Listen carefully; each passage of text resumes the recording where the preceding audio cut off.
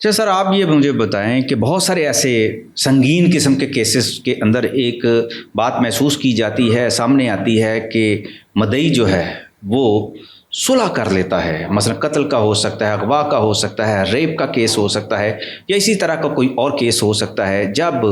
جو مدعی جو ہے وہ صلح کر لیتا ہے، لیکن اسٹیٹ جو ہے وہاں پر ڈکلیئر کرتی ہے کہ ہم خود اس پر ایکشن لیں گے، یہ معافی نامہ جو ہے یہ قابل قبول نہیں، یہ صلح جو ہے یہ قابل قبول نہیں ہے۔ اس بارے میں یہ قانون پھر کیوں ایکشن لیتا ہے؟ کیا ہمارے ملک کا قانون ایسا ہے کہ صلح ہونے کے بعد خود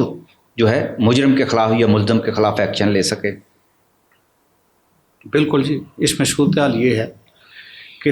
پہلی بات سب سے یہ ہے کہ دو طرح کے جرم ہیں، ایک ہے قابل راضی نامہ اور ایک ہے ناقابل راضی نامہ۔ جیسے آپ نے بتایا کہ بھی ڈکیتی ہو جاتی ہے، قتل جس میں کوئی غیرت کا ایلیمنٹ شامل ہو، وہ قتل بھی قابل راضی نامہ نہیں ہے۔ اسی طرح ایسے جرائم جن میں دہشت گردی کی دفعات شامل ہوں، وہ جرم بھی قابل راضی نامہ نہیں ہے۔ تو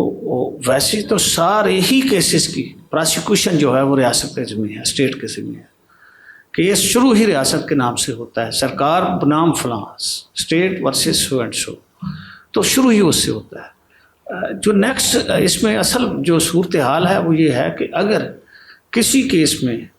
کمپلیننٹ راضی نامہ کر لیتا ہے، اگر تو وہ قابل راضی نامہ کیس ہے تو عدالت کے پاس صرف یہ اختیار ہوتا ہے دیکھنے کا کہ کیا یہ راضی نامہ کسی جبر کے نتیجے میں تو نہیں ہوا، اس کے بیک گراؤنڈ میں کوئی ایسی چیز تو نہیں ہے کہ اس کو مجبور کیا گیا ہو۔ تو ان حالات میں کورٹ جو ہے، کورٹ کے پاس اختیار ہے، کورٹ اس کی انکوائری کرتی ہے۔ اس میں کیسے پتہ چلے گا کہ یہ مجبوری میں ہوا یا نہیں ہوا؟ وہ کافی حد تک صورتحال واضح ہوتی ہے، لیکن جب کورٹ یہی کہتی، کورٹ کے پاس یہ اختیار ہوتا ہے، ایک مرتبہ بلا لیا، پھر بلا لیا، سوچنے کا موقع دیا، تو کورٹ کے پاس تو یہ اس طرح کا اختیار۔ اگر کوئی عدالت میں آ کے یہ کہے کہ جی میرا راضی نامہ ہو گیا ہے،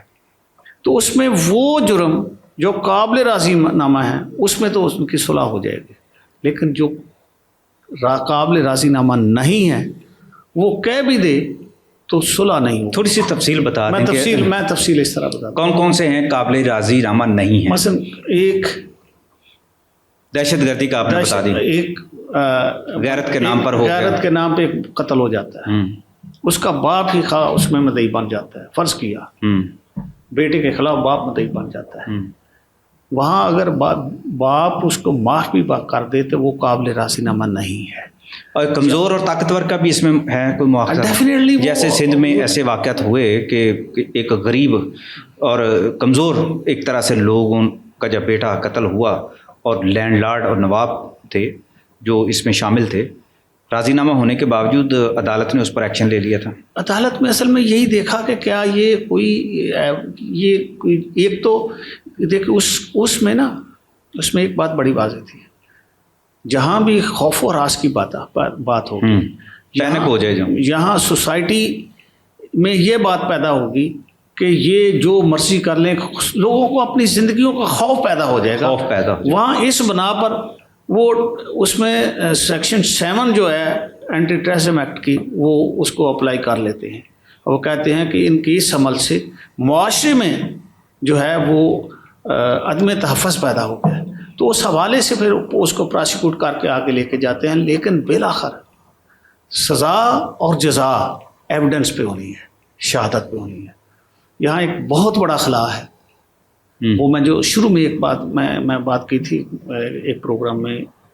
کہ ہمارے ہاں ڈائریکٹ ایویڈنس جو ہے ایکولر اکاؤنٹ پہ زیادہ ترجیح دی جاتی ہے، چشمدید شہادت پہ۔ جو سرکمسٹانشل ایویڈنس ہے اس کو زیادہ قبول نہیں کیا جاتا، جس وجہ سے لوگ بری ہو جاتے ہیں، لوگوں کو سزائیں کم ہوتی ہیں۔ ہمارے ہاں بھی آپ دیکھتے ہیں کہ جس میں شہادت چشمدید موجود ہو وہاں سزا ہو جاتی ہے، لیکن جب مدعی صلح کر لے، مدعی ایک گواہ ہے، اسی طرح باقی چشمدید گواہ جو ہیں وہ مدعی کے گواہ ہیں، اور اگر عدالت میں آ کے وہ جھوٹ بولیں تو ان کو جھوٹ بولنے کے پر عدالت کے پاس سزا دینے کا تو اختیار ہے گواہ کو، لیکن جس کے خلاف وہ سچ یا جھوٹ بول رہے ہیں اس کے خلاف جو فیصلہ آنا ہے وہ اسی ایویڈنس کی بنا پر آنا ہے. لہٰذا جب لوگ ہم اس کو کہتے ہیں کہ گواہ بیٹھ گئے ہیں، مطلب گواہوں نے اپنے سٹانس کو جو ہے نا وہ چھوڑ دیا ہے، پیچھے ہٹ گئے ہیں، ایویڈنس دینے کے لیے تیار، ان کے ملزم کے خلاف ایویڈنس دینے کے لیے تیار نہ ہیں، تو اس طرح پھر بالآخر وہ ملزمان بری ہو جاتے ہیں. چلیں سر، بہت بہت شکریہ.